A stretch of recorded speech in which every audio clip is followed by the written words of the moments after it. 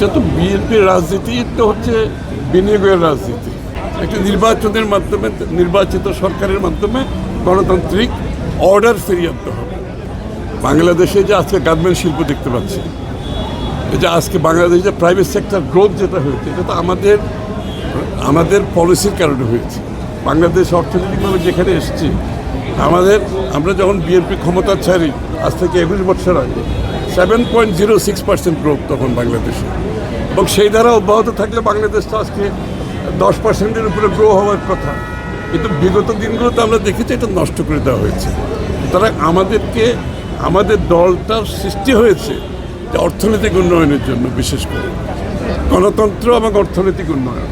সুতরাং এটা ঠিক, একজন বক্তা এখানে সঠিকভাবে বলেছেন, গণতান্ত্রিক প্রক্রিয়া অব্যাহত থাকলে অর্থনীতি ভালো করবে। সুতরাং আমাদেরকে গণতান্ত্রিক প্রক্রিয়াকে অব্যাহত রাখতে হবে, গণতান্ত্রিক প্রক্রিয়া শুরু করতে হবে। সুতরাং সেটা অবশ্যই একটি নির্বাচনের মাধ্যমে, নির্বাচিত সরকারের মাধ্যমে গণতান্ত্রিক অর্ডার ফিরিয়ে আনতে হবে। এবং সেইখানেই কিন্তু বিনিয়োগকারীদের বেশি কনফিডেন্স। তারা চায় যে একটা এখানে ডেমোক্রেটিক অর্ডার কন্টিনিউ করুক, তখন তারা বেশি কনফিডেন্স পায়।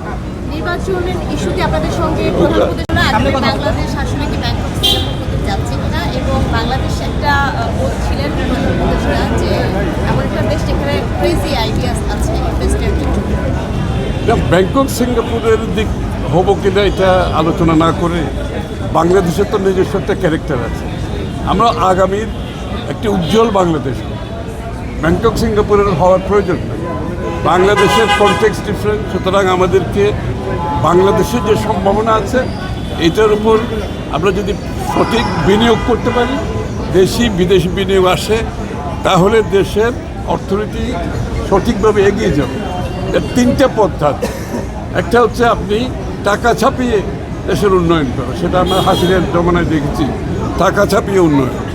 আরেকটা হচ্ছে ঋণ নিয়ে উন্নয়ন, সেটাও আমরা দেখেছি। কিন্তু সবচেয়ে ভালো অপশন হচ্ছে বিনিয়োগ। বিনিয়োগের মাধ্যমে যে উন্নয়ন হবে সেটা হচ্ছে সাস্টেইনেবল উন্নয়ন, এবং এই জন্য দেশি বিদেশি বিনিয়োগের প্রয়োজনীয়তা অত্যধিক। একটি অর্থনীতি যদি সামনের দিকে এগিয়ে যেতে হয়, আমার মনে হয় থার্ড অপশন যেটা হচ্ছে বিনিয়োগের মাধ্যমে, সেটা প্রাইভেট সেক্টর দেশের বাইরে থেকে বিনিয়োগের মাধ্যমে সত্যিকার অর্থে একটা সাস্টেইনেবল ইকোনমি আমরা করতে পারবো। এই জন্য আপনারা জানেন, আমরা বিএনপির পক্ষ থেকে আমরাও যখন ক্ষমতায় এসেছিলাম তখন 91-এ একটা বিশাল এরকম ইনভেস্টমেন্ট সামিট করেছিলাম সোনারগাঁও হোটেলে। সারা বিশ্বের সব বিনিয়োগকারীরা এসেছিল। তবে আমার মনে হয় আজকের এই উদ্যোগটা ভালো উদ্যোগ, এবং এটা আগামী দিনের সামনের দিকে আমরা কিন্তু এগিয়ে নিয়ে যাবো। এমন না যে এটার উদ্যোগ শুরু হয়েছে, আমাদের দেশে তো সরকার পরিবর্তনের সাথে সাথে উদ্যোগ বন্ধ হয়ে যায়।